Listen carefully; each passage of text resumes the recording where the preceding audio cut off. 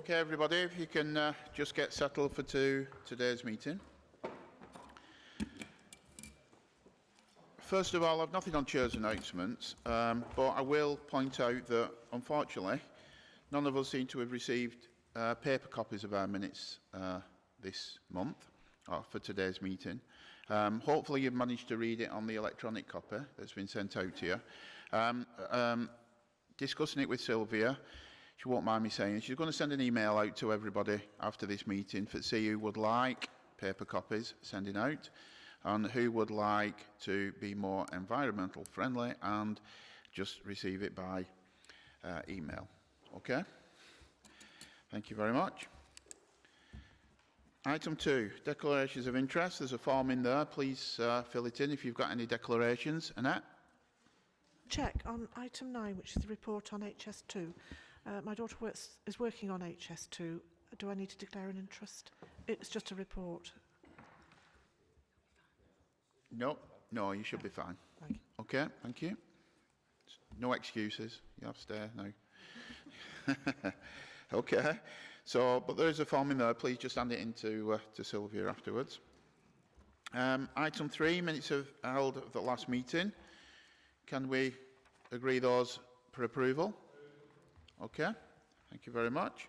Have we any matters arising from those minutes? Yes? Okay. Do you want to raise it? Oh, no, you've no matters arising. Sorry. Okay, item 4. Minutes of TF GMC subcommittee meeting. So 4A, capital projects, policy and sub.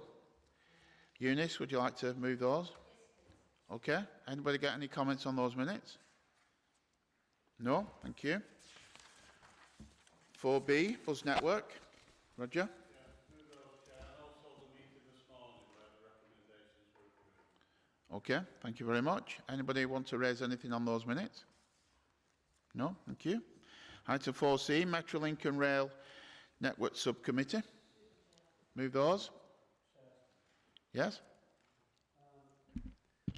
I know, I mean, I got paper copies because I specifically asked for paper copies, and obviously this, because we only met a week ago, clearly these minutes were going to be later, but we did get an email that I opened that said they were these minutes, and they were actually the bus minutes. So have they actually gone out to anybody?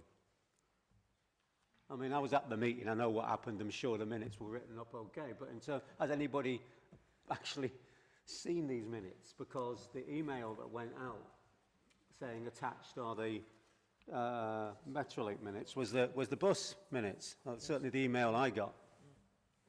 I mean, it's an easy clerical, you know, it's an easy mistake in the office, but nevertheless, if we are formally approving something, I think we should have at least had the chance to see them.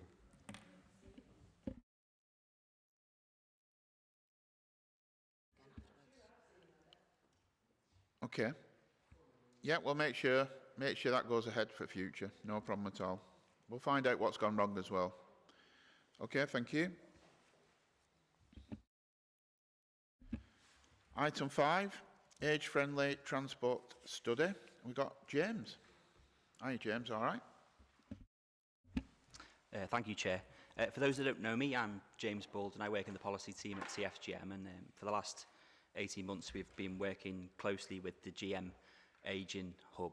And to my right here we've got Paul McGarry, who leads the GMCA's Aging Hub, and Paul's going to talk very briefly about why we're doing this work.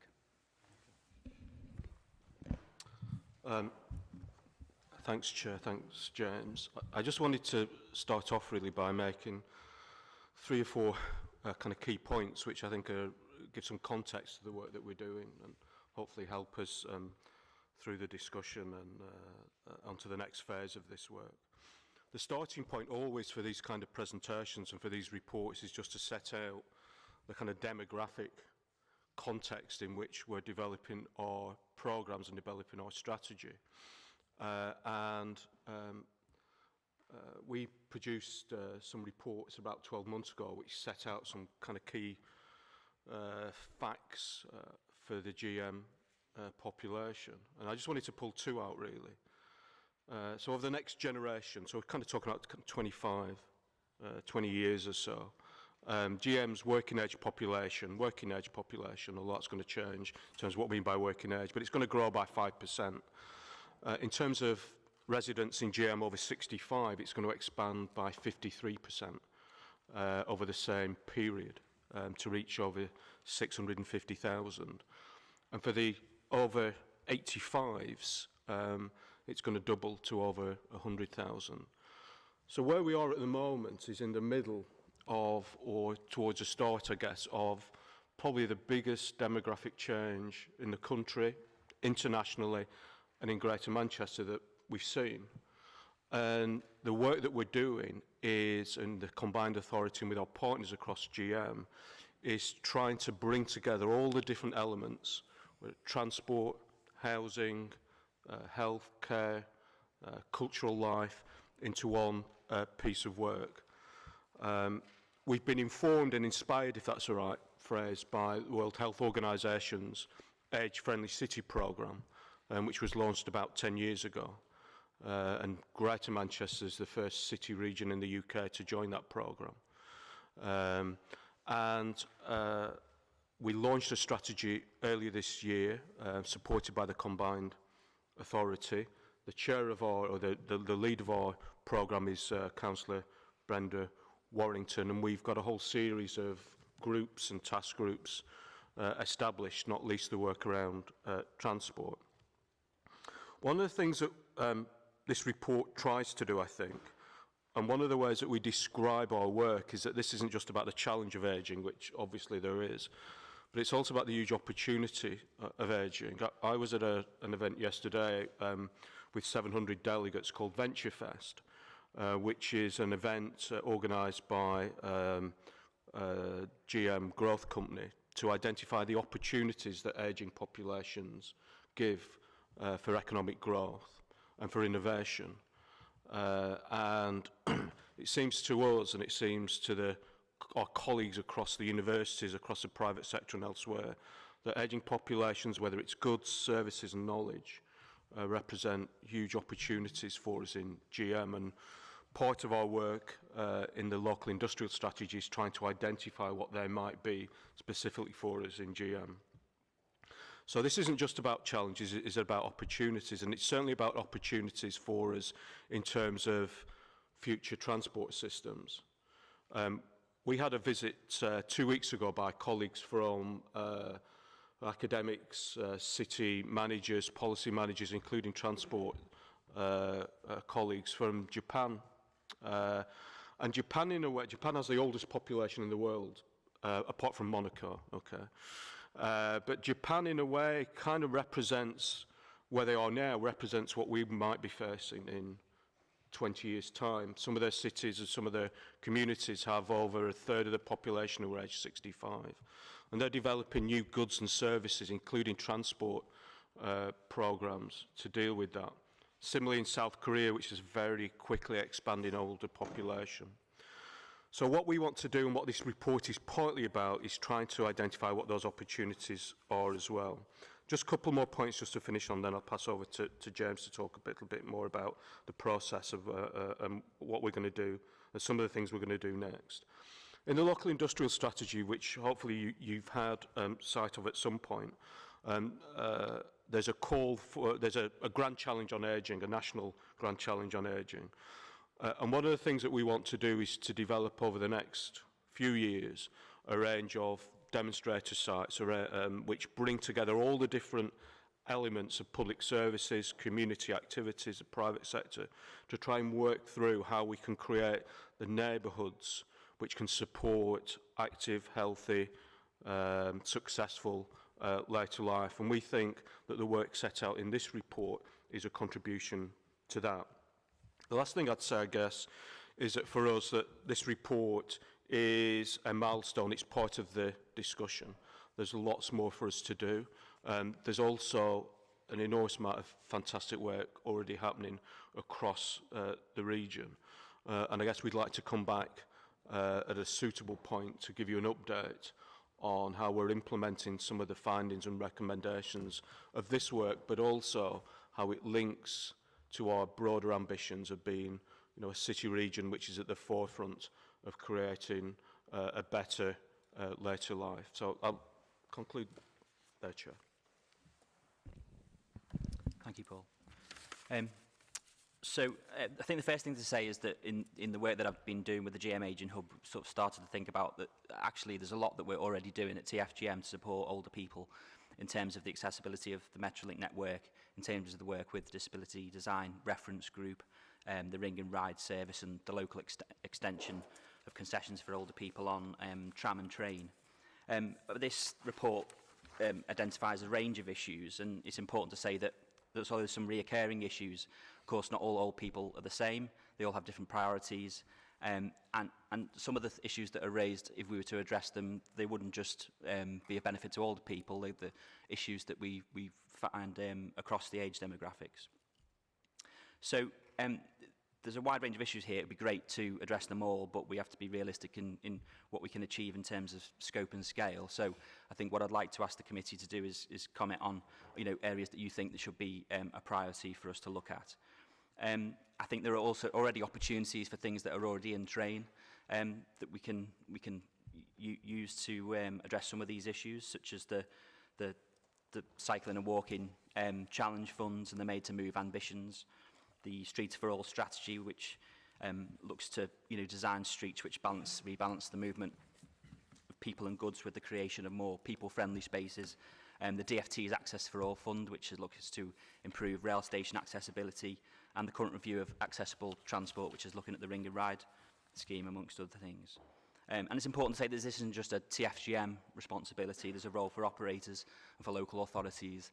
And it's not just for the transport sector either. I mean, some of the issues identified in this study are about things like access to toilets or places to rest. Can be just as big a barriers to people getting out of their house and accessing services as transport and infrastructure. So on that note, I'd like to hand over to the committee. Thank you, Chair. Okay, Stephen. Thanks, Chair. Morning. Thanks for this report. It's excellent. Very, very good to be looking into it. The one thing I was going to ask is in relation to the footpaths, which you've noted that some of the areas around your different exchanges need improvement and looking into. What I was going to ask is, at what point would you actually intervene and start to assist in flattening out trip hazards and such like? Because in Stockport Borough, where I'm based, the trip hazard is a risk-based approach, but they look at anything 25mm and above as being worth changing and worth amending. So what would you look into, how would you look into helping out with flattening out these areas to make the trip hazards easier? And also what perimeter around the stations and bus stops and such like would you look into doing something rather than, for remedial action? Thanks. I think that's something we need to discuss with our local authority colleagues. We can obviously look at what we do on our own TFGM estate. There's obviously a budget pressure there, which has an effect on the state of the pavements across GM. It's an important issue. We'd need to look at it again. But perhaps there's something we can do working. I think one of the examples in the study is about a scheme where reporting mechanisms so that it's easier for local people to flag up where there are particular problems with their pavements and street scene. Could I just add, Chair, to that? One example, I'm not sure, my colleagues from Manchester City Council may want to comment, but there was certainly one scheme in Levenshulme where older residents had their local campaign and started highlighting the trip hazards on the local pavements by using some kind of, I think it's a kind of paint that referees use to set how far a wall has to be at a free kick, and had a very successful campaign in highlighting them, first of all, to other local residents, but also to the local authority. The campaign was very successful, I think, in highlighting that. So there is a role for local residents to highlight these things and to... Bob? With reference to the TFGM facilities, they're inspected every day for tripping hazards, particularly on the carriageway around bus stations, and they're rectified or taken out of use. If we're notified by a customer that there's one on the local authorities, then we normally pass that on direct to the local authority. Okay, so we've got a few people with their hands up, so I'll take two at a time. So I've got Eunice and then Phil. It's a really good report, and it's nice to see that elderly are now being taken seriously and not just sort of an add-on at the end of where we're working with a lot with young people. My comment is about street furniture. A lot of it is now with the A-boards that are going outside shops, and I know that will be within local authorities, but I think it does need to be highlighted that sometimes it's difficult if you've poor eyesight, because a lot of the boards are black, which is not easy for people to identify. The other one was sort of when you're buying tickets or wherever you are, you're getting on a bus, is to sort of listen, because not a lot of the elderly can hear very well, or they've got poor eyesight, and a lot of the time it's tut-tutted, or you're considered stupid if you've asked them to repeat the question. And I find that is sometimes a problem, is sort of people just taking the time to listen and probably going through it a bit more slower, that they can understand on that one. The toilets as well, and there is an article, part of it was where you can use shops or other facilities, but to making sure that the maintenance is there, that the cleanliness is there, because when you're getting older, a lot of it is health issues, and an ordinary toilet is not always necessary. You need the more that's got more facilities inside the toilet, but a lot of the time it's the cleanliness that's absolutely disgraceful sometimes. So I think we need to sort of push that as well on that front. Thank you. Okay, I do know the Transport Authority have gone through teaching staff at bus stations on that issue as well. Okay, Phil? Cheers, thanks, Chair. I can thank James and his colleague for the detailed report. It's very interesting. One of the points I've picked up on is 3.7, the concessionary passes. Please, can we ask you to revisit this and hopefully make the suggestion to allow pensioners to use the pass before 9:30? We all know as you get older, you get more health concerns, and more people are visiting the doctors, the hospitals, but they're having to put their appointments back because in some cases they can't afford to get public transport before 9:30. It's a well-used service at the weekends, with pensioners using the pass at the weekends. It needs to be extended 7 days a week, to be honest.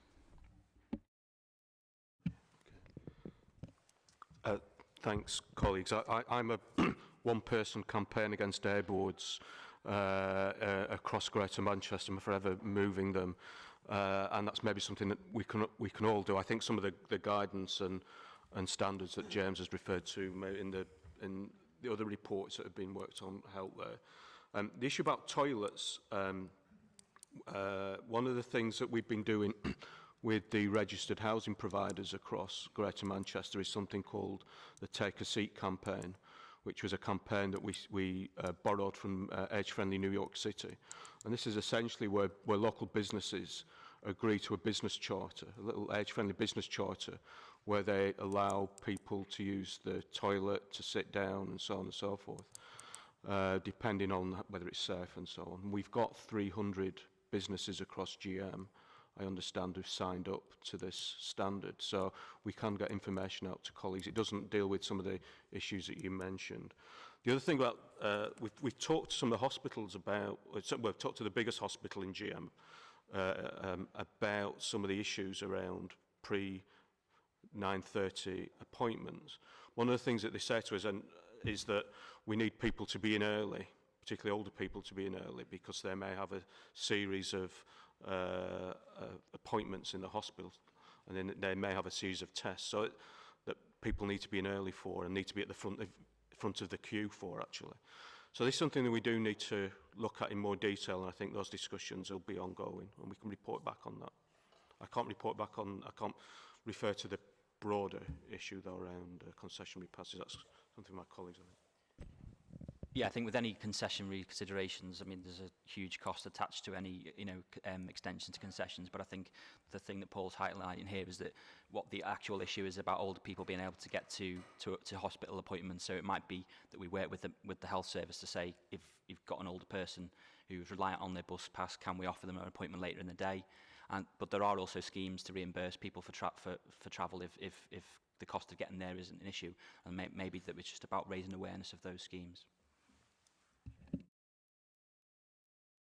Yeah, it's just about the listening and being more patient, you know, people being deaf and probably poor eyesight as well, about that. Done that as part of the training. I know our staff have, especially. No, but they've all just been on the course, haven't they? So, yeah.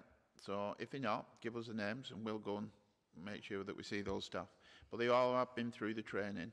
And to be fair, I've had 2 responses of customers that saying that they've been excellent, and both of those have been on the outskirts of Wigan, because we're not open the bus station yet, but it shows that things are progressing, hopefully, a little bit further. So just let us know on that.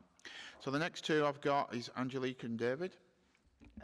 Thank you, Chair. I'm very pleased that with the report, I think a lot of work seems to have gone behind it. With regards to the Levenshume scheme that you referred to, it was biodegradable spray paint that the older people used. It was a team of 50 to 80 years olds, and the project aimed to highlight the issues that older people face when they walk around the streets of our city. It was a very successful project. So what I wanted to build on is the point that Councillor Gribon made with regards to the role of the local planning authorities, but also the role of the local highway authorities. And I think that it would make sense if the delivery of this strategy would be a joint endeavour between local authorities and TFGM. Thank you. Thank you, Mr. Chairman. Can I say that I think the report is excellent, but there are certain things that we have that are, should I say, omissions in the nicest possible way. We have a number of stations where it is virtually impossible for anybody who is elderly, infirm or physically challenged to access platforms. I have one of those stations in my ward, which is Daisy Hill. There are a number of others. Daisy Hill, I think, is 8th in a list of stations where passengers physically can't access the platforms. It doesn't have a lift. So that's one of the things that we have talked about and gone around in circles for the last few years.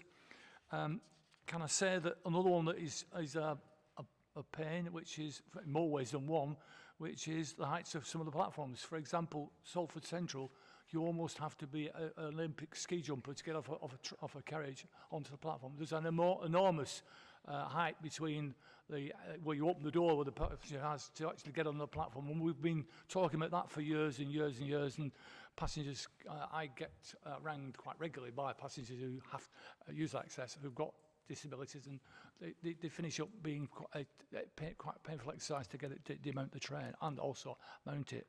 Can I compliment TFGM on the new interchange at Bolton? It was my privilege to show some visitors from Le Mans and Paderborn, our twin towns in France and Germany, and they were goggle-eyed at the facilities, particularly disabled facilities, where we had facilities for people who clearly have got more than the average disability. You know, the people that really are, wheelchair bound, and with the lifts and what have you in there, and changing facilities and showers and what have you. They were absolutely astounded at not that Bolton got it, but the fact that there was this facility in the town. So that kind of compliment that. The only downside I have a little complaint is that the toilets shut far too early. People come along and won't use the toilets after, I think it's 9 o'clock, and the toilets are closed, whatever reason. All I'm saying is, can somebody look at the flexibility of trying to do that? And the other thing is, we talked, Eunice talked about people who have hard of hearing. One of the bins of my life is when I get on some of Northern's trains, the announcements, the loudspeaker systems, the intercom systems, it's not very good. So you haven't a clue whether you're arriving at Bolton, Preston, or whatever, because it's garbled. I'm sure it's not the guard or the onboard person that is operator from Northern. It's just that the system is really wants a good looking at and improving. So those are my points. But thank you very much.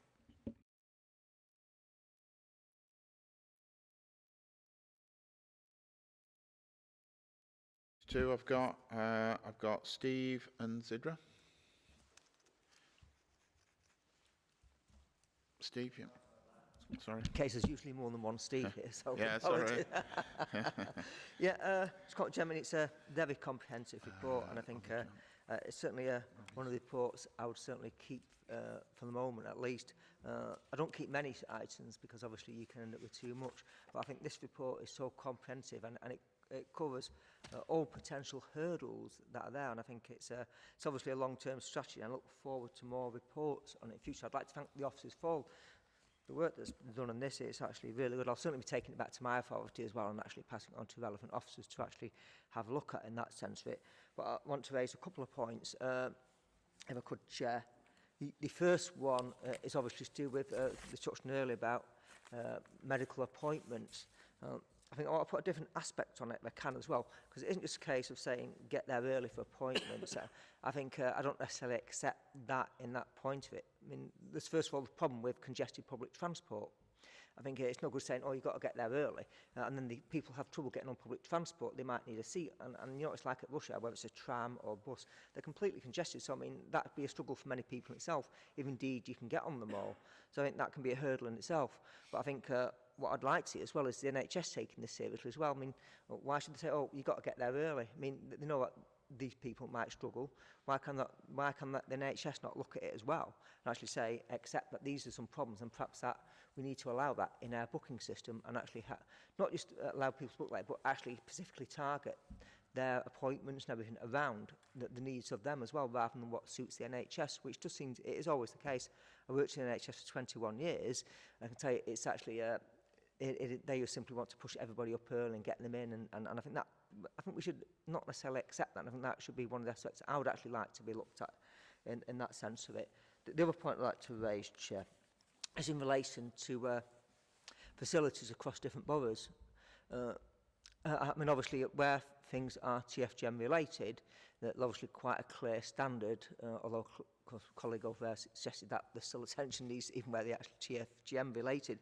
But I mean, there are many standards across which are down to the responsibility of local authorities to do, and I think that they aren't necessarily always comparable, and they can be quite different. They have different standards. So I think it's actually, obviously, we've got to start looking at really things more of a common standard for, you know, things like acceptable conditions on the footpath and the way we keep them, and the clutter on there. It's sometimes it ain't just clutter, it can be street furniture. Well, I've seen some, and it's like signs and stuff, and it's just like anybody in an electric buggy would have no chance of getting past some of them, you know. So I think we have to relook at this whole concept of it.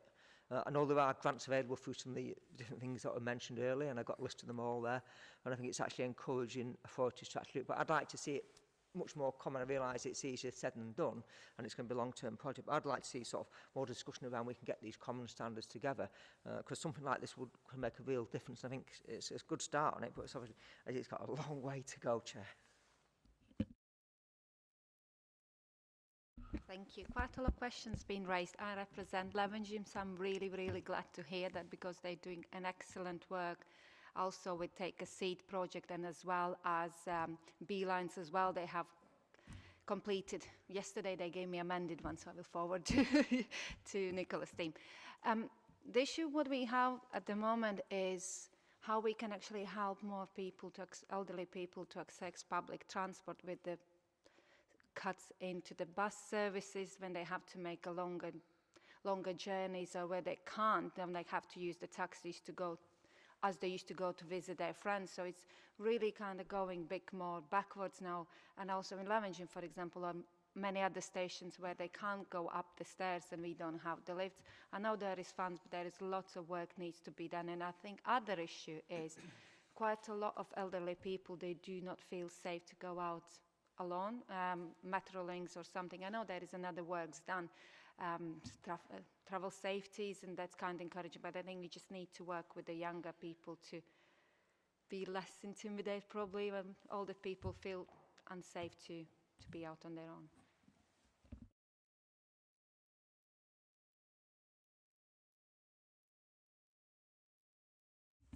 Thank you, Chair. I just wanted to raise a point in relation to the third of the study recommendations in relation to other sectors supporting transport in delivering transport needs.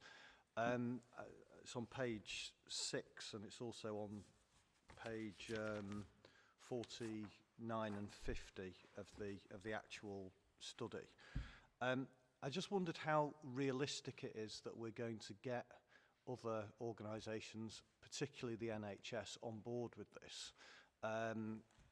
It's recognised that the NHS is an organisation that can be set in its ways to a certain extent, and that is seen as the priority. You know, we need our patients in by a certain time, and well, it's tough if they have to get there by earlier transport. So I'm just concerned about how we're actually going to get buy-in from other agencies, particularly NHS, in delivering this. Because if it can be delivered, obviously that would be great. But I just wonder whether it will be seen by other organisations as just not realistic to expect them to accommodate transport, and that transport should be accommodating them. Yeah, I think you've outlined the challenge there, and I don't envisage it will be as straightforward as I hope I haven't indicated that in this report. But I think, you know, the reason this has been a jointly commissioned report is this is ultimately in support of the GM agent strategy, which is supported by all districts and all leaders, and hasn't been endorsed by the authorities across GM. So it should be a cross-sector response. I think it's some of this sort of cross-policy working is about trying to break down those barriers, and so we don't all act in isolation and say it should be, these are GM problems, they should be addressed by all of us. Can you speak just on the NHS as well? We have a meeting with representatives of the NHS next week about the particular elements relating to people with dementia. As part of Dementia United strategy is to look at transport. So. And very senior colleagues from the NHS in GM sit on our key bodies. So I think there is support and an appetite to work together on these issues. And the other thing is in relation to local authorities as well, because part of our programme is to develop ageing plans or ageing strategies with each of the 10 authorities, and some of them are further along than others. But transport and the issues relating to the NHS locally can also be picked up in those local plans as well. So there are a number of different ways for us to move this forward. And I know the GMers are also pushing it on that point of view as well. Do you want to come back on that, John? Yeah, just to come back on that, I think everyone accepts that this needs to happen, but you only have to look at the integration of health and social care to see that it's a much bigger challenge than perhaps anyone recognised. And even though there is a will across the board to do it, the actual implementation of it is actually quite tricky. Okay, Pat? Thank you, Chair. I'm really happy with this report. I do find it slightly repetitive in times, but I suppose that goes with it. For me, it's the crossing facilities that are a real problem, not just pedestrian crossings. I defy Chris Boardman to cross some of the roads in this Greater Manchester, certainly in where we live in Rochdale. You have to run to get across with the green light. Apparently they can't be changed because they're all fixed throughout the whole of Greater Manchester. That's what we've been told. And also the major junctions where there's no pedestrian crossings, where the traffic never stops, and we have elderly people from elderly complexes getting a taxi to go half a mile where they'd really like to walk to get, because they're split off from where the shops are. And eventually, for one area, I've got £5,000 for this organisation to actually do a survey. I've had it for a year now, nothing's been done, to check whether people can cross. Even children can't cross in some areas. So that needs looking at. We've been quoted £250,000 to do something about it. Now, if you've got this throughout Greater Manchester, it's not affordable, is it? So it needs to be looked at in quite a different way. But we have to let people move. It says so in Andy Burnham and Chris Boardman's report. We have to get people moving through our boroughs, through our wards, through our towns, and it's just not happening because of these massive junctions. If people have to wait 5 minutes longer in a car, because I think highways is just getting cars moving, not people, in a nice warm car listening to Radio 4 while people cross the road, to me that's actually quite fine. So I'd really like that looked at and to come back on it. Thank you, Chair. Do you know, that was just like having Chris Boardman in my office. Exactly the same things, Pat. To be honest with you, has anybody seen the beelines? Have you all had a copy of it? Yeah, so that's what Chris wants to do. That's exactly. Because we've all said it throughout our areas, haven't we? So we've all, I won't say I've used the term complain, but we've all mentioned it over the years and want action on it. And, you know, in reality, the Mayor's put his money where his mouth is and introduced Chris to run it. And if you ever met that chap, honestly, he's so enthusiastic about it and making sure that this happens for the people of GM, that it will make a huge difference. And part of that stage is that exactly looking those things in our local communities, what makes benefit those people, not just cycling, but walking, whether that's to schools, etc. So he changed the remit totally. It's not about cycling, just cycling. It's about making sure we've got access for people walking as well. Can I just say, Chair, that elderly people, of whom there may be one or two in this room, don't stagger about, most of them, on sticks. They just walk slower. But they want to walk. It's healthy to walk, and that's what we should all be doing, and it should be massively encouraged. Never mind getting rid of cars. Just allow people to move around our town. And that's what this piece is all about. So hopefully we'll continue that. Do you want to come in on that? Yeah, just very quickly to flag that there's an opportunity now for residents to actually identify locations where they'd like to see improved crossing facilities and put them on our interactive map. So there's a great opportunity right now for people to tell us where they'd like to see their improvements, and we've got funding now to deliver real improvements to crossing facilities. So if we can send that link out to everybody, so everybody can make it input and spread it again to the communities. That's what I've already done over on the Wigan side of things. Okay. I've got John and I've got Roger next. I should have just put everybody's name down, shouldn't I, realistically, and just knocked them off as we were going along. But right, thanks, Chair. We're moving to a point now where it's becoming apparent that there is a huge amount of work in the pipeline, and the TFGM are producing a large range of extensive, high-quality reports, obviously specialising in various aspects of that. And in passing, I'd just like to say that when Chris Boardman and his team addressed Stockport councillors, he got a rousing sitting ovation at the end. We were totally inspired, and we could see the merits of that whole strategy going forward. One thing that I think I can contribute to this discussion is that once upon a time, City of Manchester thrust into my hands a very large capital programme, which was the biggest train set anybody's ever given me in the whole of my life. And the first thing I did in looking at the task and finish elements of that investment was to say that if you project the current spec forward at the current budgetary allowance, when will the finishing line arise? And at this point, I want to pivot to Councillor Chadwick's remarks about rail station access. Because in my dialogue recently with the relevant people in TFGM, it became totally apparent to me that what is happening with that sector of work is you're shuffling a non-moving queue. And to spend energy shuffling a non-moving queue is the biggest waste of energy I can envisage.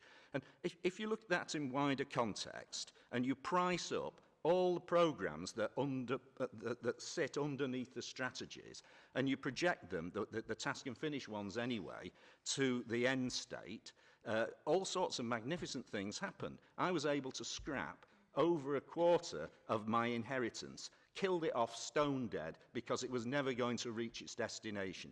If you take the quantum of work in all the non-DDA compliant stations and you plot the current rate of progress, my grandson, who is 20 months old, will be dead before it's finished. And that means to say that that bit of what ought to be integrated into a wider system, making it easier for these old people to get to the station and then struggle down a ramp which is double the angle of DDA compliance, it is not delivering the joined-up thinking that the residents of Greater Manchester expect from us. So I'd like to request that those numbers are applied to various programmes and we get to see them.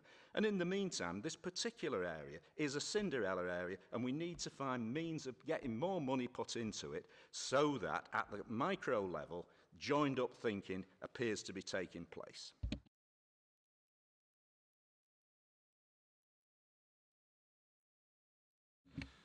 Yeah, I've 2 points that haven't been mentioned yet. But James, I'm sure you mentioned tram train.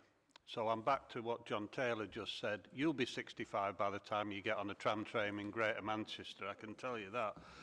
The 2 issues I wanted to raise, the bus pass one, it's not the issue that's been raised earlier about the 9:30. A lot of people write to me regularly asking why, if they're over 60 years of age, they can't use a bus pass now, when it was introduced back in 2008 by a Labour government, it was everybody over 60 who could have a bus pass. And as you know, the age goes back every year in line with the women's state retirement age. But there are areas of the country that literally only have a bus pass for buses, but there's also areas of the country that differ. There's also Merseyside that have travel over 63. London has travel over 63. So there are discrepancies all over the show. In Greater Manchester, the answer to the question is that we spent many millions of pounds back in 2008 extending the bus pass to trains and trams, which doesn't happen in other areas. But one of the things you've got to consider is why don't we have a bus pass for everybody, including the levels of transport of of tram and train in Greater Manchester, and why don't we try and get the age back to 60 as it used to be when it was introduced 10 years ago. Now I know there's always a cost in everything, but the difference between the bus pass now and what it was originally is it's become a social service now. It's become a place where elderly people feel they can go out every day and travel rather than being stuck behind 4 walls. So it's a different scenario now to what it was some years ago. The other issue, which I know everybody said your report's wonderful. Well, I don't think it's a good idea to tell officers everything's wonderful. I would rather say the report's quite good, but there are serious omissions, and I don't like what it says about ring and ride and community transport, because it doesn't really tell the truth of what's happening. I mean, take ring and ride. Most areas of the country don't have a ring and ride. They only have a community transport. We set up many years ago, you're going back, 20-odd years, a ring and ride service, which was excellent in the sense it delivered to people who couldn't regularly use public transport a door-to-door service. And for the first time, when it was set up, it was valued, and it's still valued. But in those days, we had something like 85 buses. Now, we have about 70 buses, and the reason we have less is because Ring and Ride is funded by the local authorities. It doesn't get any government grant other than, to the fuel duty rebate thing, but it doesn't get any other kind of grant.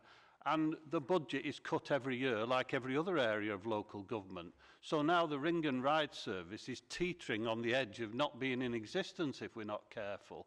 And yet, if you ask elderly and disabled people what kind of public transport do they need if they're struggling to get on the bus, train and tram, the first thing they'll say is, wouldn't it be wonderful if we had a door-to-door service that can get us to Metrolink, because at least Metrolink is disabled access, whereas on the rail you've got many stations where it's been pointed out you've got to be near to be some kind of athlete to be able to get on and off the trains. So I just think we should promote the bus pass at age 60 or whatever, because it's more than just a bus pass. And I also think a door-to-door transport system for many elderly and disabled people would be essential, I think.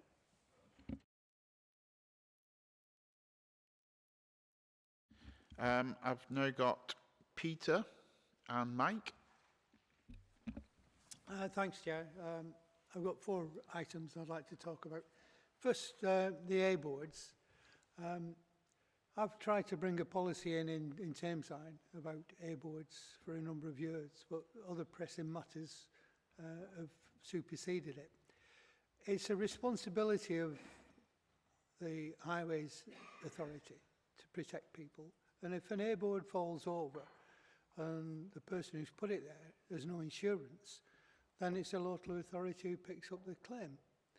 And I believe in A-boards, it adds character to the community, but I think they should be licensed. And I think everybody who puts them out should have public insurance liability to cover the cost. In Tameside, when I was the exec member, I brought in a policy of about fly posting. And there's a visibility bar on railings that people just ignore and cover them up. And they get fined in Tameside if they do that. And there's very little fly posting on railings and lampposts in Tameside. People can rent a space for 10 weeks and have 10 sites. And why other authorities don't do it, I don't know. Well, that's all I'd like to say on that. Station access. Lots of members around here who've known me for a long time know this is one of my main bugbears. We've got 13 stations in Tameside and only 3 comply. One station in the ward next to me has 37 steps and a ramp to get to the platform. I agree with other speakers on this. It's a disgrace. And we don't get any money from London. And I've said time and time again, I won't be here when my local station's done because we've been bumped down a number now. But it's got to be sorted out. The next point is, if you get people on public transport and onto the trains, we spent a long time looking at our policy on allowing motorised scooters, buggies, whatever you want to call them, onto our trans system. And I don't know how many people who saw on the news a young lady who's been refused access to Northern Rail or been turfed off a train on Northern Rail. Why don't we, as the lead authority on transport, insist that rail users and operators have a similar policy to what we do if they want to be open to disability access? And the next one's on crossings. I agree with what Kath was saying. We pander to the motorists, and officers will tell you that, well, if you keep them there for over 30 seconds, they jump the lights. Well, it's not an excuse. That we should put more red light cameras up if that's the case, and that'll stop them. But in other areas, I've seen time indicators, how many seconds you've got left across the road. And if it's a dual carriageway, you've no chance of doing it in 30 seconds if you're getting elderly. So I'd like to see more time indicators on our crossings as well. Thank you.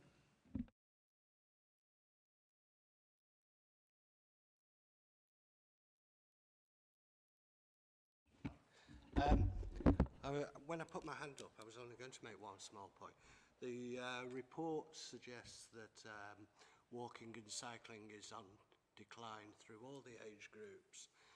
It probably is, but that isn't the experience in European cities that have invested in it. This is Copenhagen, Seville, they're seeing massive increases in elderly people walking right up, and taking up cycling. So I don't want to get too negative that is an inevitability. Actually, with the biggest increases are amongst the elderly.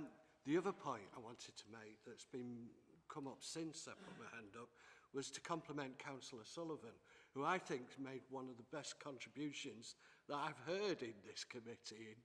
In fact, in talking about crossings and all the ways we discourage people walking and cycling in terms of getting across the road. And I have to say that the response back was a bit, yeah, well, we've got investment. actually it's under our control now. These crossing timings and how quickly those lights make you wait at the crossing for 5 minutes or so until there's a break in traffic. Because, I mean, it's the biggest con on pedestrians going, that they actually are pedestrian assistants. They're not. They're there to keep the traffic flow. That is all that button is for. 40% of them are placebo buttons in Manchester, which just don't do anything except light up a little set of lights around the button. So there are things that we are doing that are counter to this policy already. And we need some way of levering this change into TFGM, particularly in the highways movement, it seems to me. It does, I mean, I'm a bigger supporter of Chris Boardman going, but it doesn't need Chris Boardman to tell us that the time we're waiting at crossings is far too long for pedestrians and putting people off actually walking around their towns. That could be done yesterday, but we're not doing it. And it's TFGM in the highways that are not doing it, not someone else. I just think that it's so powerful that. Thank you. I've had my rant. Do you want to come back on that, anybody? Very aware of the crossing issue, Chair. I think it's only around 10% of over 60s can actually walk at 1.2 metres per second, which is the DFT standard for most crossings. I think obviously we do manage the traffic lights in GM, but that's on behalf of our local authorities, so I think we do have to be in partnership with them. My understanding is that we're moving away from pelican crossings, and we tend to install puffin crossings now, which do allow extra time for people to cross. They have sensors which recognise whether someone is still in the middle of the road. I think sometimes it's about perceptions. If people don't know that crossing is going to give them more time to cross, then they don't necessarily have the confidence to use it. But there's still obviously a legacy issue of the pelican crossings that do exist. And of course there is a cost implication to changing those, because these signals don't exist in isolation. They're all linked to each other. But it's certainly one of the areas that I'd like to concentrate on in the response to this report. Could I just pick up just briefly? We do have an example so we have a programme across Greater Manchester called Ambition for Ageing, which is in 8 of the 10 authorities, which is about reducing social isolation by creating age-friendly neighbourhoods. One of the projects in Bolton, I know, has lobbied because the health centre, the crossing time to get from the estate to the health centre wasn't long enough. So the local group of older people lobbied and were able to get the time changed to get across.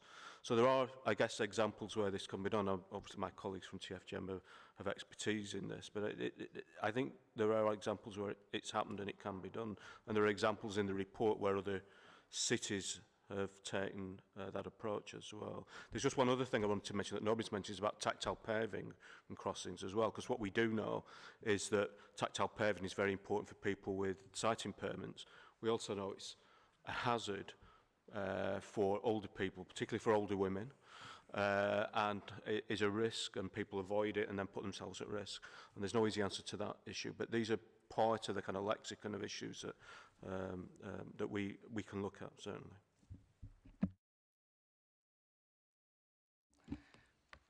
I know the crossings time, because we're improving those, but it's the waiting at crossings that often, there's been research to show that the psychology of that, people feel that it's more dangerous than it actually is.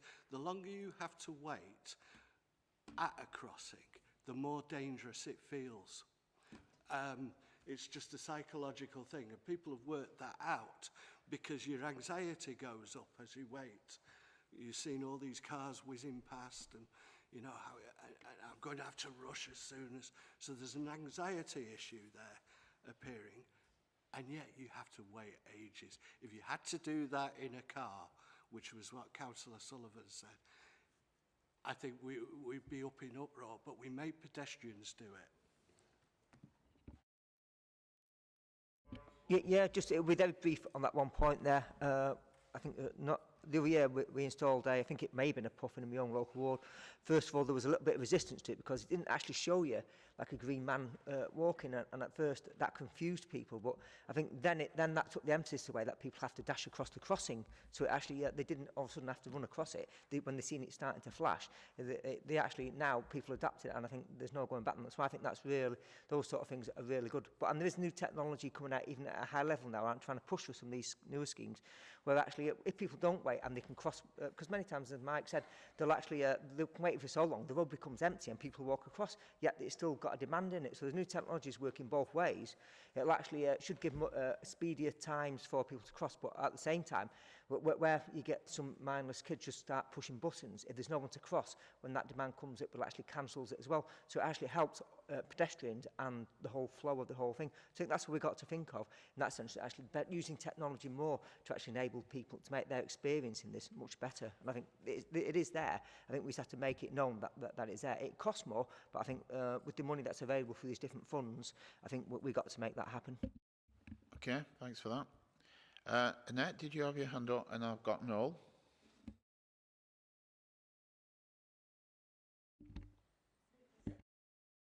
Thank you very much. I do think it's a very good report, and I'm really pleased. It does, obviously, lots of stuff in it.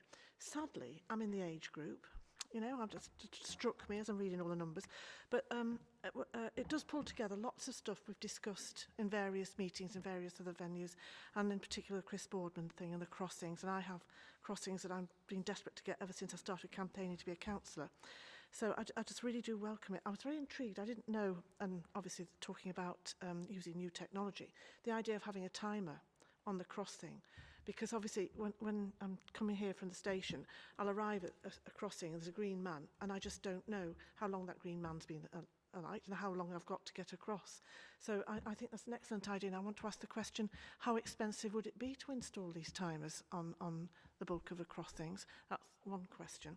And the other question is, there was reference to Japanese policymakers. And I just wondered whether, if you know, obviously they have been aware they've had an older population for a long time, whether they came up with anything more radical or innovative than is addressed within this report, which is very simple, lots of solutions. The biggies, money and time to get it through, which we're not awash with, sadly. But yes, you know, it should happen, and it feeds into planning and what have you. So I just wondered if there was any innovation on the go. Thank you, Chair. I want to look at lower priority issues on pages 36 and 37. I see our notorious escalator at Bury Interchange gets a mention. This escalator is almost as old as me. It's 38 years old. And but I believe that there is some good news. It was fixed in June of this year. On the one hand, we have the second busiest line on the Metrolink system, and on the other hand, we have trouble with the lifts and trouble with the escalator, and it just isn't good enough, really. There's no point in having all these people coming to Bury, and they can't actually get out the interchange or the tram station easily. But the other issue on page 37, the cleanliness of trains, I know the toilets was already mentioned earlier. Toilets are not clean on trains during longer journeys. I mean, that's an understatement, but it isn't just longer journeys. It's not just Pendolinos, it's local services as well. I was on a northern train yesterday, which quite frankly was a rust bucket. The trains are more or less, the train toilets are more or less, well, they're unusable, some of them. But what this lends itself to is the issue about when you get off the train, we've got two mainline stations in the city centre, you know, Piccadilly and Victoria, and you've got to pay to use a toilet at both of them. Now, in London last year, I think it was the mayor, but he made all the toilets in all the mainline stations free. So can we use some kind of influence to try and get the toilets in the mainline stations in Manchester free of charge? Thank you very much.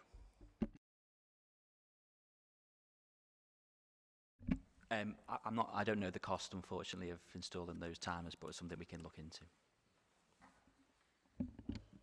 It's probably worth noting that wherever we do upgrades to the highways and there's traffic signals involved, we do try to bring in the new technology, the new type of crossings, and we always try, particularly on the dual carriageways, to segregate the two carriageways, so there's an island in the middle to give more crossing time. That's not always possible, but wherever we can, that's our standard. With regards to the time, as the countdown time, as you see those being introduced in Manchester, so where we're doing new schemes, and there's a significant footfall through there where it does benefit not only the car user in keeping the time short, but actually the pedestrian gets a better, safer feel. We're putting those in as a matter of course.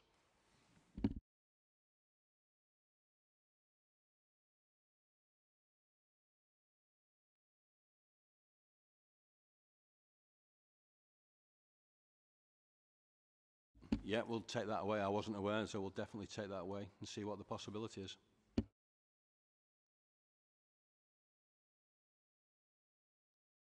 Thank you. Much has been mentioned, like by Councillor Chadwick and others, about the disabled people accessing the platforms at stations.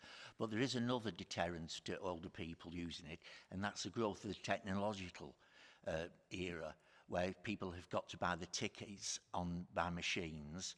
And now with the growing revenue protection measures that people have got to get a ticket to ride and penalty fares, elderly people are often scared of using the trains, and I think this is something which should be made clear to the train operating companies, the inability for a lot of elderly people to be confident enough to be using these technological machines. Okay, good point. Okay, thank you very much everybody who's contributed in that debate. Going to move on now to item 6, property transactions. Further details for this, more detailed report to be considered as confidential part of the agenda, suggests that unless members have any specific questions to raise on the commercial elements contained within Part B report, then Part B report be taken as read, negating the need to move into Part B at the end of the meeting. If members have questions on the commercial elements, then we'll need to move to Part B later in the meeting. Bear in mind that if the Part A report is agreed, then the decision cannot be revisited at the meeting, and the discussion in Part B will just to clarify any particular points.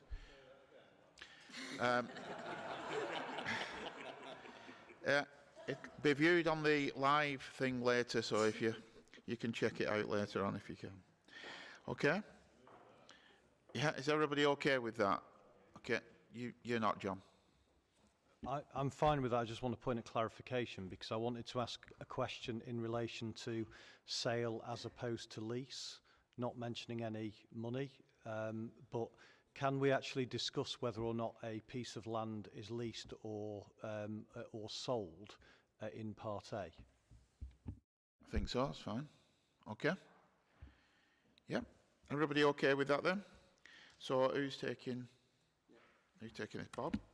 Those two packages of land, the first one's in connection with Tameside Interchange, where one of the bus operators will be leasing some of the property for their operations. It's a relatively short to mid-term lease, as listed in Part B.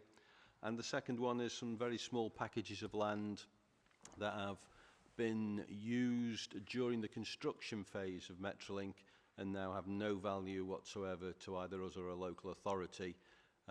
And the best thing to do is to take them off our books and get them back into use wherever possible, and in this particular case, restricted for garden or car parking purposes only. Okay, has anybody got any questions on that? John? Thank you, Chair. Just one general question.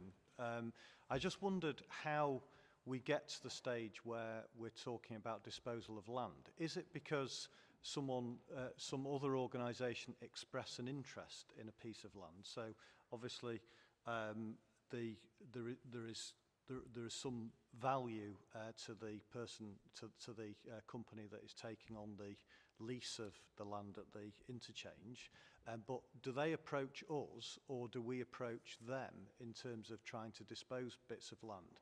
And would we ever get the opportunity to see a list of all bits of land that we actually own, in order to see whether there is some scope to make some value out of that land rather than just wait until somebody else approaches us and says that they want to, that they actually want to buy it from us or lease it from us. And then secondly, in terms of putting restrictions on bits of land when it's sold, is that always as a matter of course, or in the normal, in most cases, would we just dispose of a piece of land and not put any controls on what that land can then subsequently be used for? With regards to whether we approach the market or the market approaches us, it's virtually we approach the market. We're always trying to actively create some form of income, whether it be through a lease or through a sale. There are the odd occasions where somebody said, can I use this for something? Is it up for sale or lease? But the vast majority are us being proactive, going to the market and trying to dispose or get a return on that asset. The second one, sorry, can you just remind me again, John? Sorry. It was just about, is it, as a matter of course, do we normally put restrictions on what the land can be used for, or is it depending on a specific location where certain uses might be considered inappropriate by TFGM? In general, we go with whatever planning conditions or restrictions that have been given to us when we've inherited that land or taken it through compulsory order. There will be normally something that says you cannot do this with it. So we try to pass that on to honour that in the first place. There are certain occasions where we might choose to be more restrictive because we know something else is going to come up in the future. But in general, we don't try to tie our hands or people's hands behind the back. We try to get best market value. Anybody got any other questions? Can we agree those then? Thank you very much. Item 7, the Greater Manchester Clean Air Plan. Simon? Thank you, Chair. I think members will be aware already that addressing clean air in the interests of public health is one of Greater Manchester's key priorities. And what I anticipate, Chair, going through the autumn and the winter is that this is an item which I'll be bringing back in greater detail over time. So the intention of today's report is to explain the process that we are taking Greater Manchester through at present, following a process prescribed by government to specifically develop a plan which will reduce nitrogen dioxide levels to statutory levels by 2021. TFGM is managing this process on behalf of the 10 authorities. The individual duty to address air quality ultimately lies with the local authorities. And there are two principal reasons why we're coordinating the work. Firstly, pollution knows no barrier, and therefore logically is a cross-boundary issue in Greater Manchester. That's all the more so when you then consider the fact that car traffic is 80% of the source of nitrogen dioxide emissions in Greater Manchester, and therefore for us to work on a transport-led approach to addressing that problem is logical in the way in which Greater Manchester's organised. What the report also does is to update members on some early activity that we've managed to secure funding for through the government's Air Quality Early Measures Fund, and that will allow us to deliver a series of additional electric vehicle charging points through the Greater Manchester electric vehicle network, and we've set out here the approach that we're taking in that regard. I'm happy to take any questions, Chair. Thank you. Okay, has members got any questions? John? Thank you, Chair. Yeah, this is concentrating on NO2, but obviously there's particulate pollution as well. Is there any sense in actually addressing that at the same time? Because clearly at some point that is going to become an issue that we're expected to deal with, and surely it would actually be a good idea to try and deal with both simultaneously and save some money in the longer term. The simple answer to that, Chair, is yes, absolutely. So particulates are particularly sourced through a combination of burning diesel engines. Diesel engines are also the single greatest contributor to nitrogen dioxide. So the plan that we will bring forward will bring benefits, but we are introducing checks within our plan development process to make sure that we are bringing in opportunities to address wider particular issues wherever possible. It's just to notify residents where the particular charging point is, because in Wigan we found that we had some charging points that nobody knew about, and what they've done is actually put them on a list now, so anybody with an electric vehicle can access the information so that they know where that particular one is.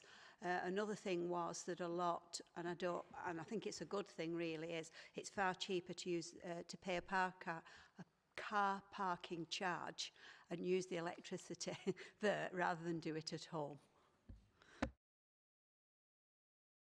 Yeah, just again on the charging points, it's certainly one of my priorities in Trafford. And obviously they are three-quarter funded by government, which is they're incentive based, and obviously quite pleased to see obviously that there is going to be a strategy across Greater Manchester in that sense. But one of the concerns I have, one of the priorities I want to make, I should say, in that sense, it is actually to encourage people living in terraced housing, because obviously if you've got a nice drive and that lot, then it's absolutely great. You know, you can just simply got a ready-made supply. But people who obviously don't have that and have to park on the street, it's much more difficult for them to start looking at accessing battery-powered vehicles on with the charging points. I know there are many public car parks there, and they're good, and obviously I completely understand the difference between the two different types of charging, the rapid and the non-rapid, and indeed the costs is significantly much more with the rapid charging ones. But one of the other points of actually raising my own is in that sense, it's when we start putting these in and separating them out, what we need to then do as well is perhaps if we look particularly at the rapid charging one, is put a limit in the parking bays, because obviously if you're in a rapid charge mate, it doesn't take that long to actually charge a vehicle. So what you need to then do is to actually leave that bay and then actually allow somebody else to come in and charge their vehicle in that sense. So it is, they're the sort of things about look at, and it's complicated, but I want to make sure that they are accessible to people in terraced housing. That's because there's no good, well, it's all good, I should say, in that sense, but we need, if we want to encourage all sections of society to actually change the cars, then we've got to make sure that things like electric vehicles are accessible to all as well. Certainly, Chair. Thank you. To address those points in reverse order, the development of a Greater Manchester electric vehicle charging network we see as being particularly beneficial for people living in houses where they don't have a driveway, and therefore it's difficult to have a domestic charging point. So we would see that as a particular benefit. The point made around rapid charging points is absolutely right, and there's a location tool that we've developed to help us to start to plan what type of charging facility is best located in different locations. As we start to relaunch the electric vehicle network, we do also have plans to improve the public communications around the system, which is a good point made by Councillor Smethurst. Do you know, on that point about, on the charging point of view, in car parks, do the machine actually come up with tell you how long it takes?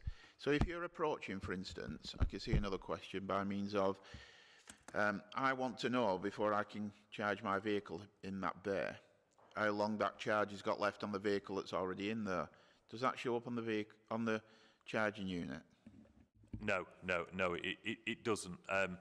But what we are about to embark on, and something that I'll bring back in greater detail to the committee in due course, is to find a new commercial partner for the electric vehicle network going forwards. The new technology that is now out there in terms of charging points is far more consumer friendly than it was previously. So those sorts of customer add-ons are something that we would hope to be able to put in place in the future, but the system that we have out at the moment doesn't do that now.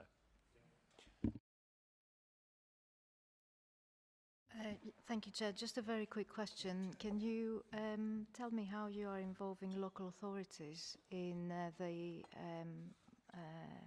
in the deployment or in the operation of the process of choosing where these points are going to go?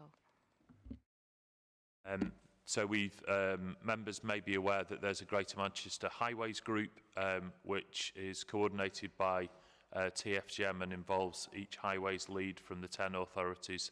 The Highways Group has identified a specific subgroup of officers to help us to work on the specifics, because clearly there are locational issues. Where would you like to see these develop within local authority areas? And then there are significant utility issues to be worked through in making sure that we don't cause a nuisance as we introduce the facility.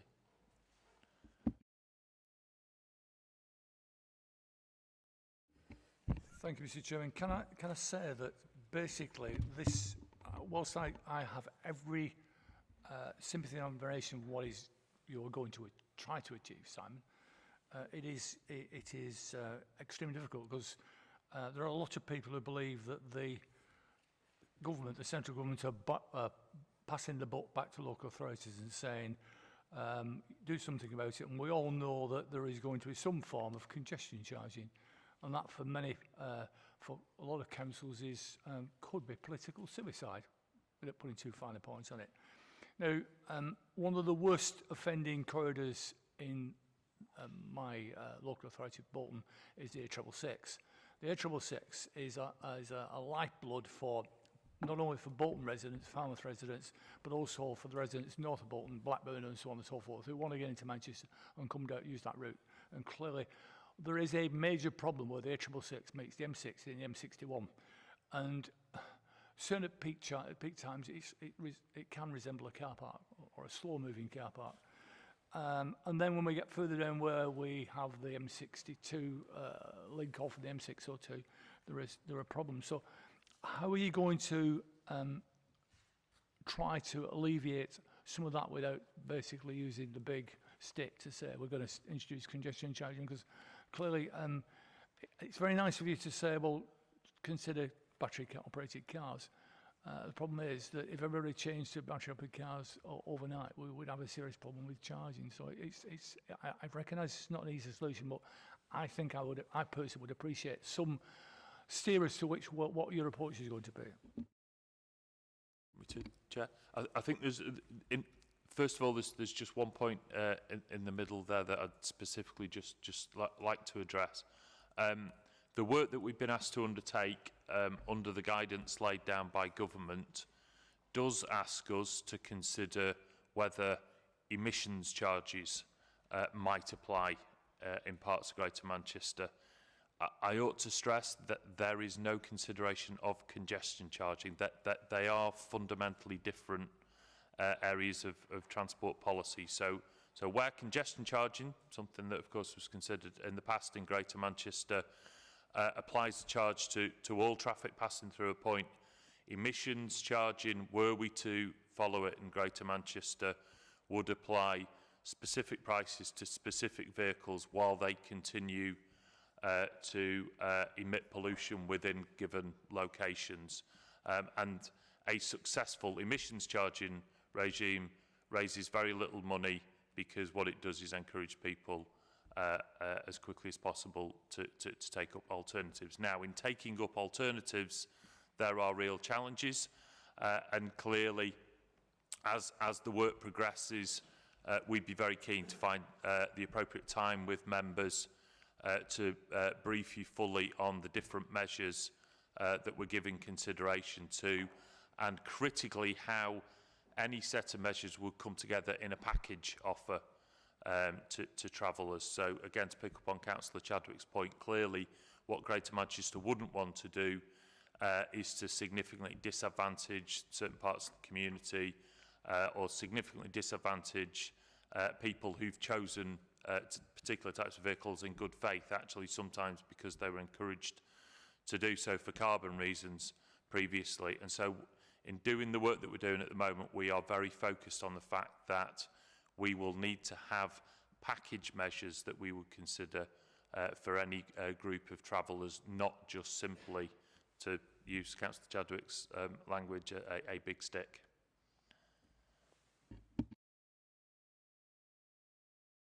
Would you involve, when you in this sort of formulation process, would you involve elected members in that formulation process or not? So, yes, the work that we're coordinating is coordinated through a group of senior officers from the 10 local authorities, which is called the Air Quality Steering Group.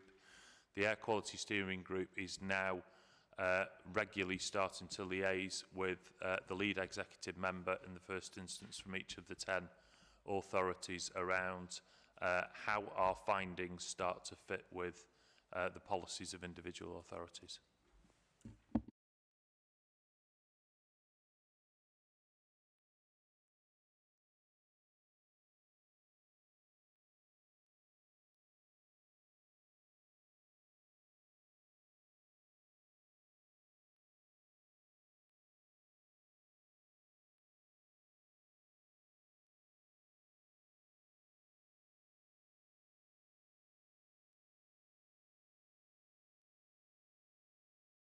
So there's two sets of issues there. I think the fundamental point, and we'll touch on it in an item that's coming up on the agenda, Chair, is that we make sure that we've got a good, progressive, well-funded transport strategy in advance of the spatial plan, so that we can make sure that we can act well in the future to give people choices as they move into future locations around Greater Manchester.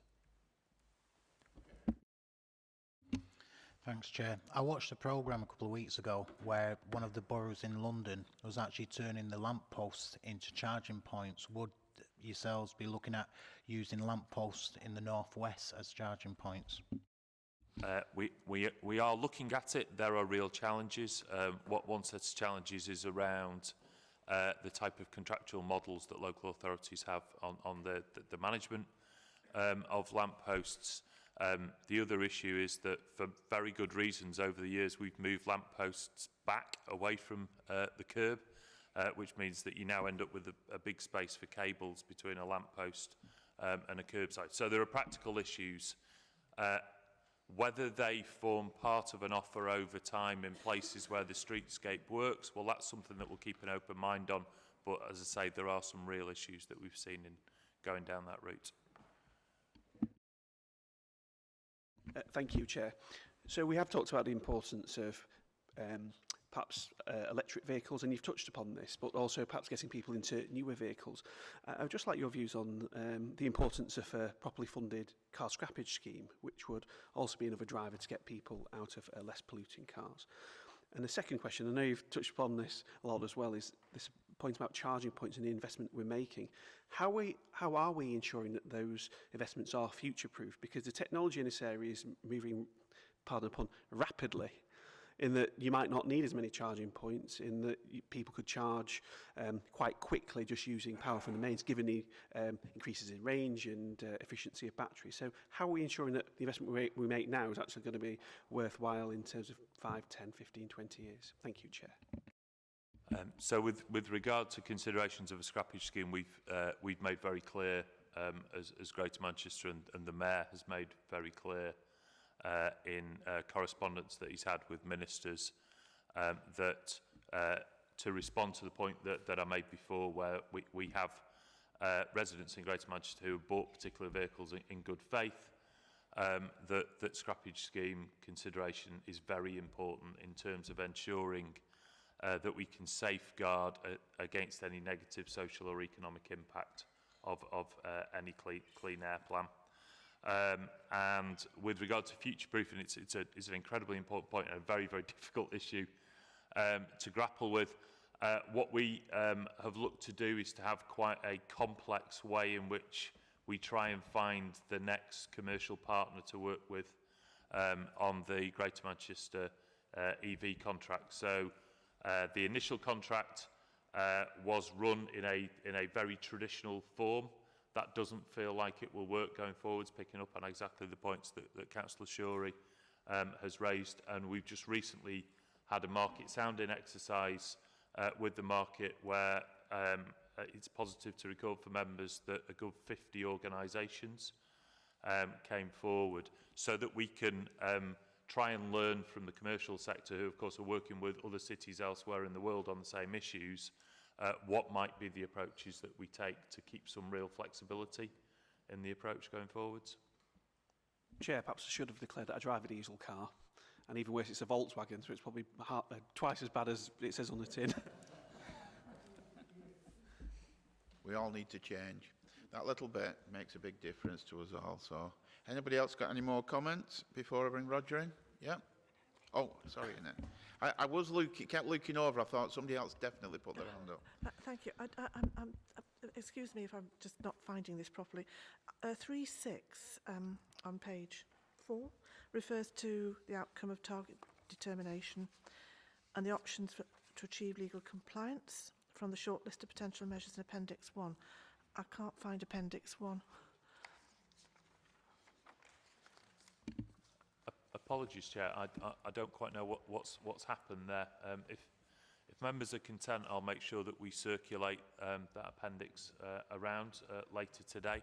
And as I say, certainly my intention was to have further engagement with the committee around the measures as we start to conclude it internally as officers around their potential impact. So there will be good time through this process for members to be familiar with the measures and to give us your views in terms of our analysis of the measures.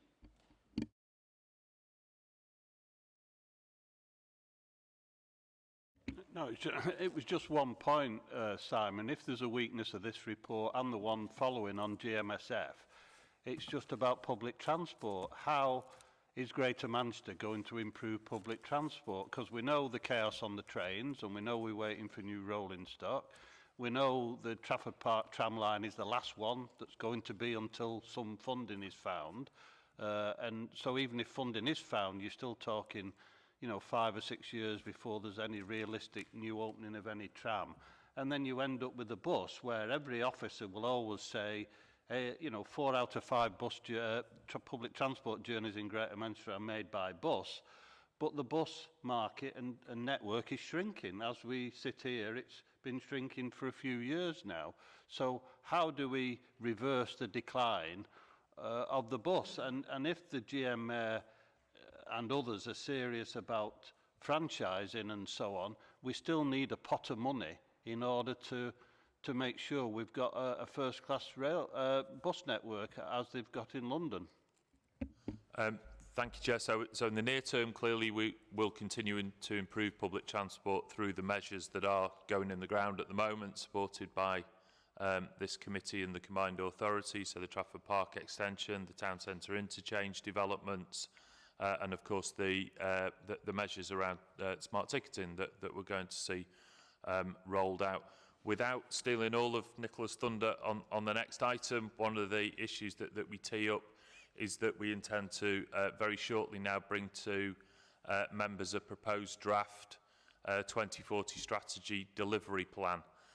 And that's actually a very important tool for us. It will allow members and the public and stakeholders to see the more tangible proposals that we intend to bring forward, very much public transport-led proposals that we intend to bring forward for investment in Greater Manchester, and we will be bringing it forward at a timely moment in terms of government's considerations, because we know that government will go through a spending review next year, which will then determine the shape of national funds in the early part of the 2020s. So we will be setting out our stall in good time to try and make sure that we're in the best position to secure the funding that we need for the next wave of investment.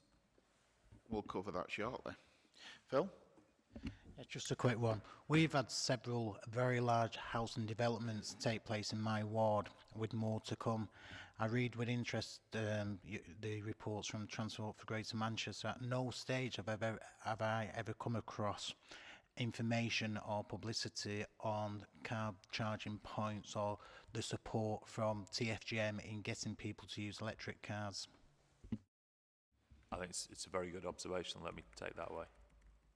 Okay. Thank you. Anybody else got any more questions before I move on? No?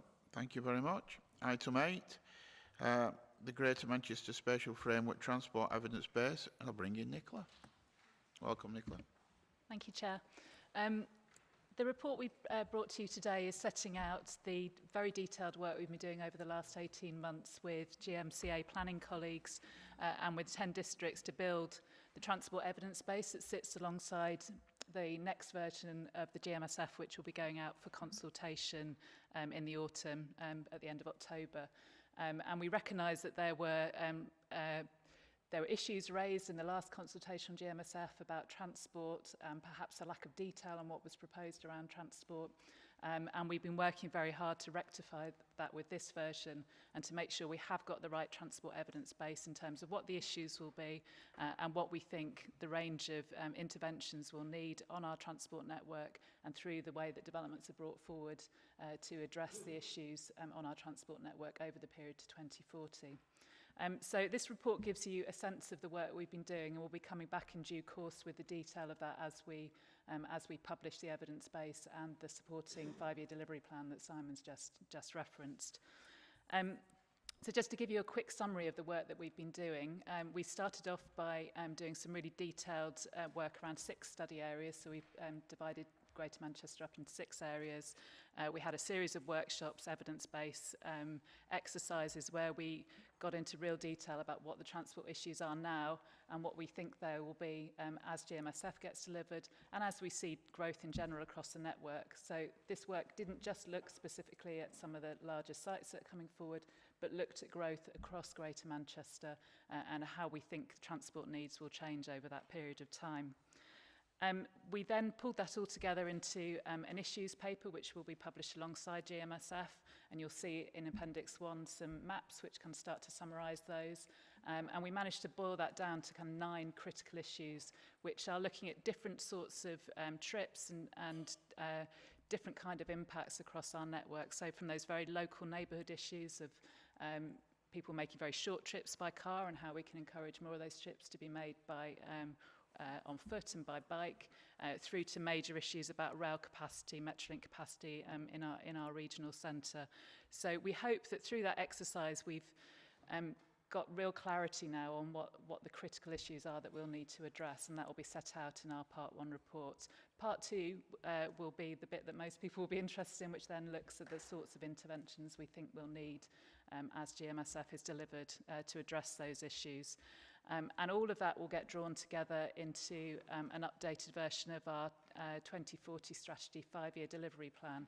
And you may remember that when we published our 2040 strategy back in 2017, alongside it, there was a 5-year delivery plan, which we committed to refreshing every year. So that will give us a mechanism for always having a current 5-year transport delivery plan in place that can be refined, reviewed on an annual basis as things change, as new developments come forward, and as we can see precisely how that growth is going to play out, but with a long-term plan in place for what we think the final outcomes are that we want to achieve. There'll also be a transport chapter in GMSF, which we've been working very closely with planning colleagues to prepare.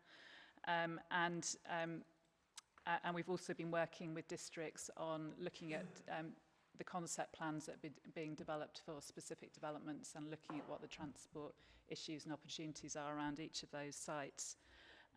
So there's a whole suite of documents that we published alongside the draft GMSF, which hopefully will answer a lot of the questions we had last time round about transport. And there'll be more work that will follow on from that, particularly around modelling and appraisal. And so when we get to the next version of GMSF, we'll have a whole suite of additional modelling work where we get into much more detail and test the interventions that we've set out in the next draft. So I think we're in a much better place than we were last time. We've done a lot of really good collaborative integrated planning work with colleagues both on the planning side and the transport side in districts, and we hope that will give you, as you're talking to your communities, your residents, much better information on what's proposed. So I'm happy to take questions, Chair. Okay, has anybody got any questions on that? Steve? A quick point on it. I mean, obviously, it's going to be quite an interesting report when it all comes out. One of the things that I'd like to see at some point, obviously it's complicated, is actually, we can put in all the transport plans we want, that link up with this, and that's great in that sense, but I think we also need to work with governments of some sort. And actually, the big challenge for me is like, isn't just about changing driver behaviour. It's actually about not much trying to change driver behaviour if the things that people need to go to are not in the town centres. I mean, the amount of retail parks that are continuing to grow and the shrinking town centres, I think that's something that needs addressing with this, because I mean, I'm all for actually getting rid of some of these retail parks and pushing stuff back into our town centres, because it's decimating our town centres. Now, in many cases, people can walk to town centres within local distances, and there's exactly the sort of thing we want to encourage.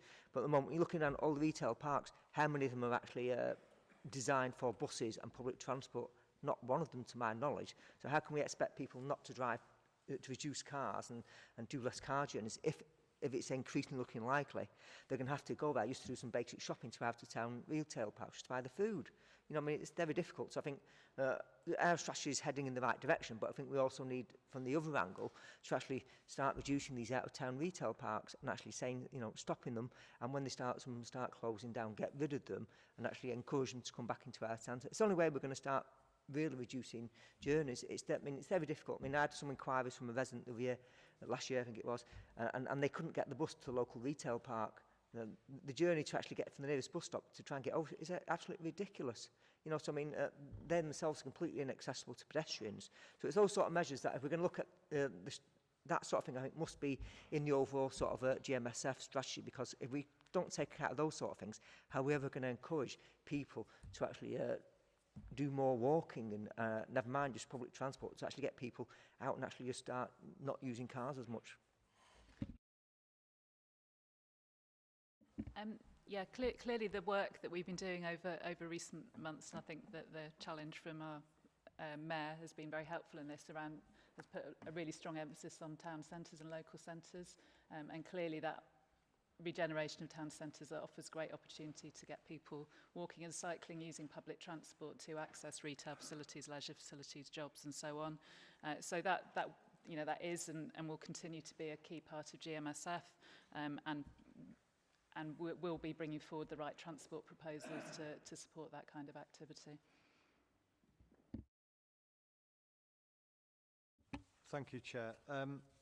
In relation to Appendix 1 and the illustrations, I have to say I think they're quite complicated, the drawings, and don't really explain in very much detail anything that I could understand anyway. But what my particular question was actually in relation to local neighbourhood connections for walking and cycling, because in my experience, with recent developments in Manchester, I'm not aware of a single development single new development where any cycleway has been put into a new development, or where the roads have been wide enough to ensure that cars don't get parked on the pavement constantly. So in new developments that are being built at the moment, we create a situation that doesn't encourage cycling and doesn't encourage pedestrians, because they can't walk on the pavements half the time because of cars being there. So how are we going to ensure, going forward with the strategy, that when it gets down to the local level, in terms of planning applications coming through and infrastructure being put in place, that we are actually going to get planning applications that do actually encourage cycling and walking at a local level? Because ultimately that will then come down to the individual local authorities to decide whether or not cycleways or the width of the roads will encourage or discourage walking and cycling.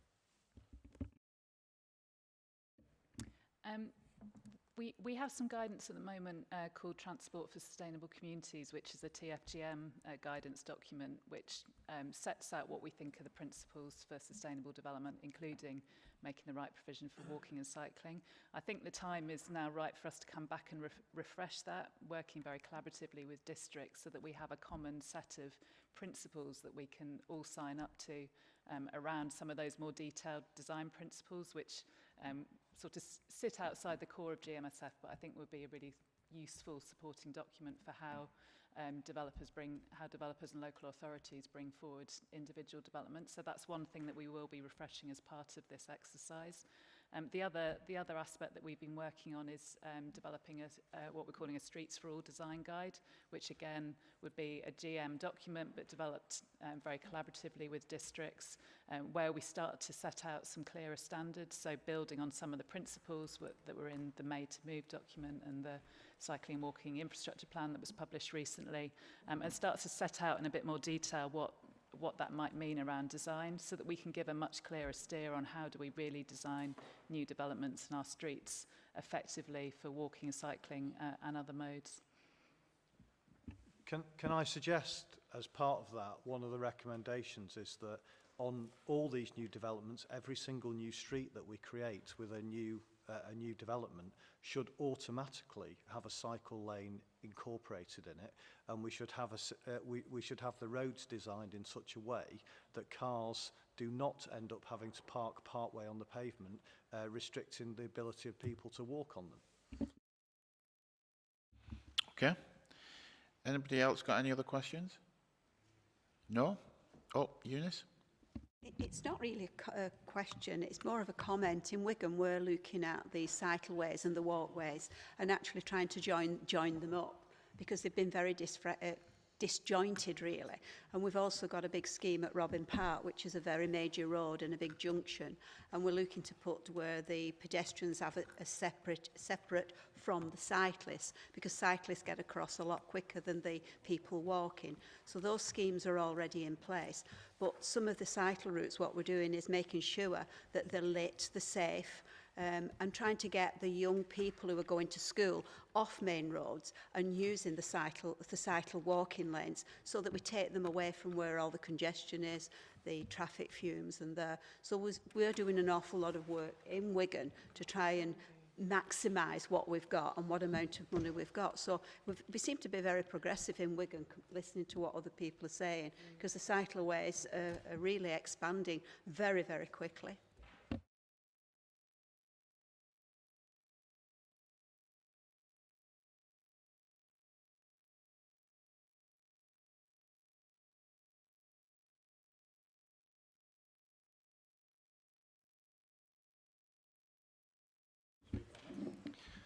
Thank you, Chair. I'm going to give a quick update on two major national infrastructure schemes that we are working on at the moment. We're considering the Greater Manchester infrastructure response to both of these. High Speed 2, which is the new north-south rail link, and Northern Powerhouse Rail, MPR, which is the east-west proposal. The plan that we've got under High Speed 2 shows the various phases of this. So first phase is London to Birmingham. Phase 2A is Birmingham to Crewe. And phase 2B is the orange elements on there, which are from Birmingham to Leeds and Crewe to Piccadilly. The stages they're at the moment, London to Birmingham has been through Parliament, and construction is starting on that section. The section to Crewe is currently in Parliament, and construction will start on that in the next couple of years. And the Piccadilly section is due to go into Parliament in 2020. We'll see journey time improvements in Greater Manchester immediately as soon as phase 1 opens, which is proposed to be in 2026. So that should take half an hour off the journey times up to Piccadilly, and also up to Wigan, because that will connect into the West Coast routes, so that will benefit two locations within the conurbation. Crewe will take a little more off that journey time, and then when the full phase 2B aims to Piccadilly, that will take almost an hour off the existing journey time. Key point as well is that this is going to provide significant additional capacity as well as reduced journey times to London. So we will have much more capacity both on the major network, but it will also release capacity on the existing networks that we could then reuse. Northern Powerhouse Rail, the plan that's on page 3, the requirements for that are to join 6 key northern cities: Newcastle, Hull, Leeds, Sheffield, Manchester and Liverpool, in addition to Manchester Airport, That will bring significant extra capacity and reduced journey times between those locations. The team are also looking at other significant economic centres, which are shown there in light blue, so sections between those cities, Bradford, Warrington and York, for example, connecting those in. In Greater Manchester, Northern Powerhouse Rail is proposed to use the high-speed 2 tunnel that's being built from the airport into Piccadilly, so we will maximise the use of that infrastructure.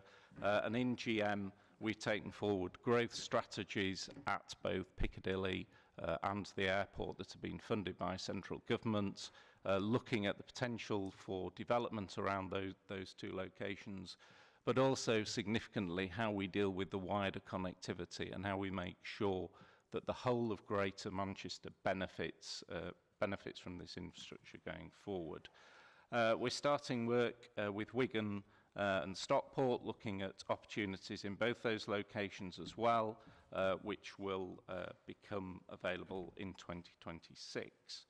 Touching on the detailed timeline, Northern Powerhouse Rail is in the stage at the moment where their outline business case is being prepared.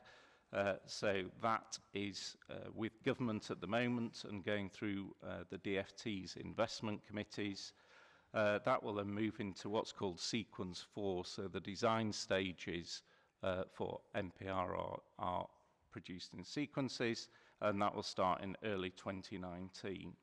The hybrid bill deposit was when we wrote these slides in autumn 2019. The department have since said that that will move to summer 2020, which is both an opportunity and a threat for us, and I'll touch on that in a couple of slides.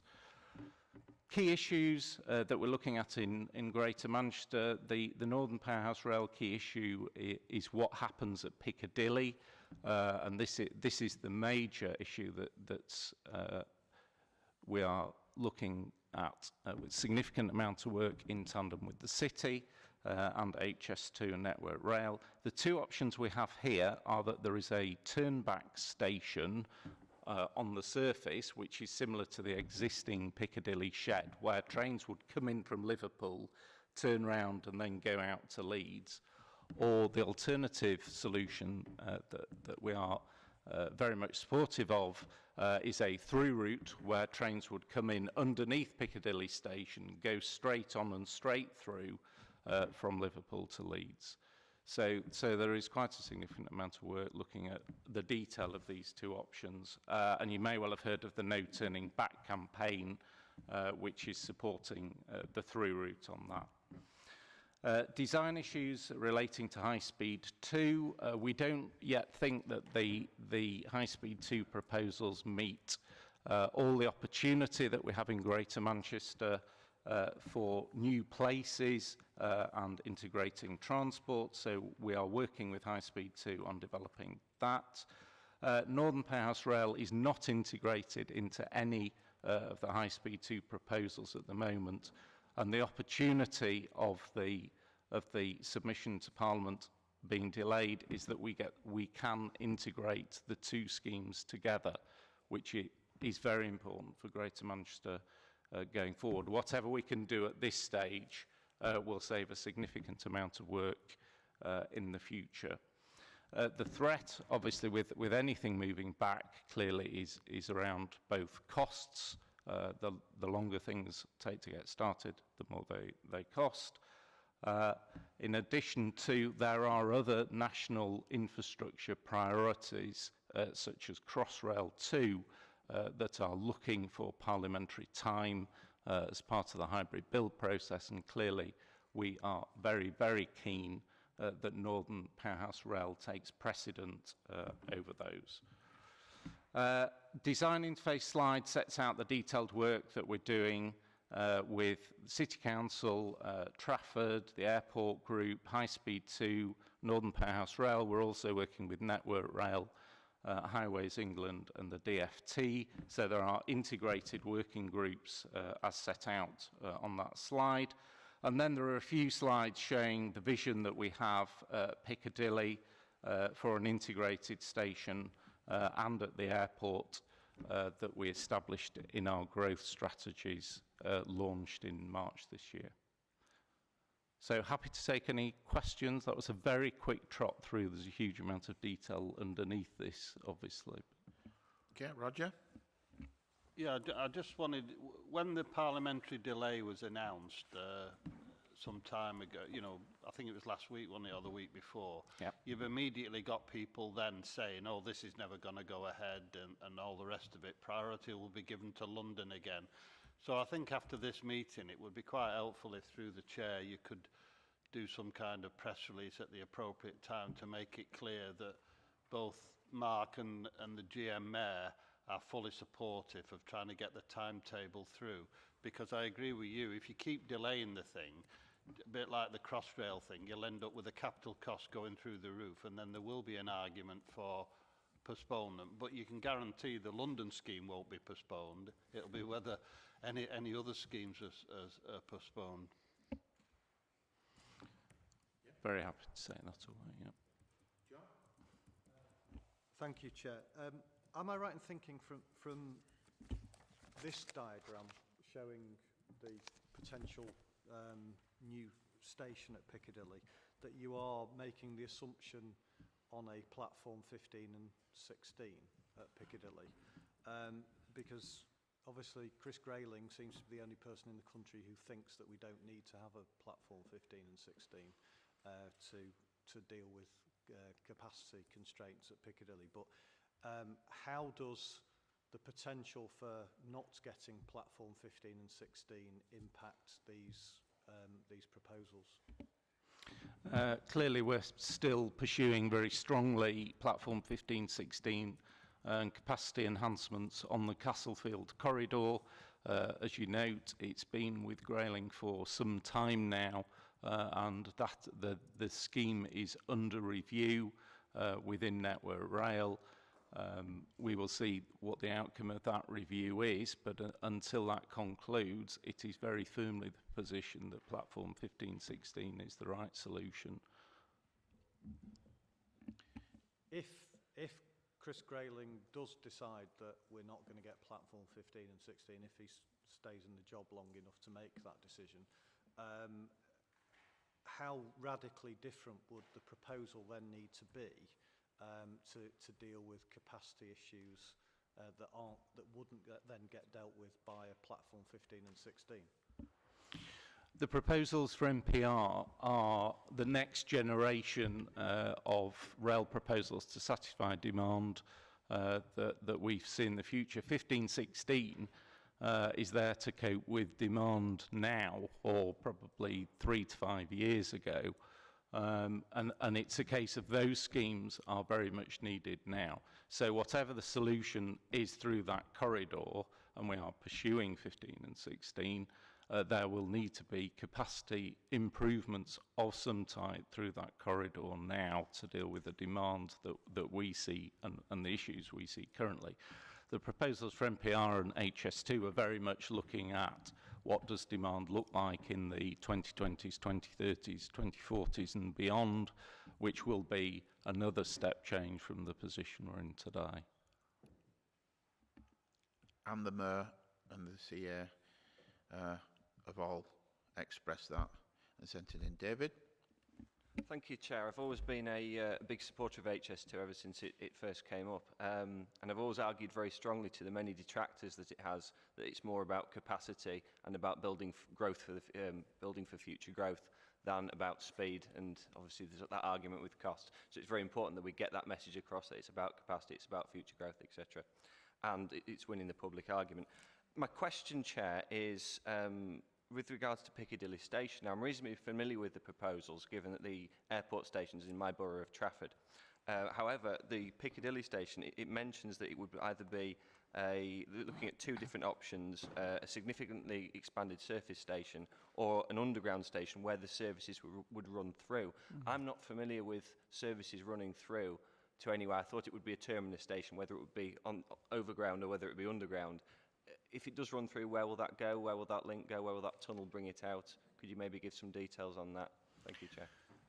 The service pattern that's being considered for MPR is Trans-North, so it's effectively Liverpool through Manchester to Leeds, and then we'll cover the whole of Yorkshire and the North East. So the trains won't just come to Manchester and then start from Manchester and go somewhere else. There will be through services, and that's absolutely critical, both to generate the benefits across the north, but also for the airport, which clearly needs access to markets across the north, and MPR will form a significant component of their future modal split and enable them to continue to grow. So if all the airport services turn back at Piccadilly, that will clearly slow down the opportunity for them. Thank you. Anybody else got any more on that? Peter? Yeah, I'd just like to say that I'm a big supporter of tunnelling, and I think the through option's the best one.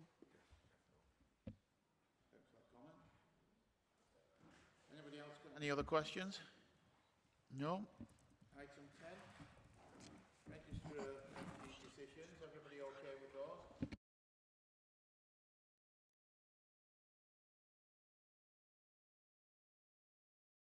those? Today's meeting, so please have a safe journey home. Thank you.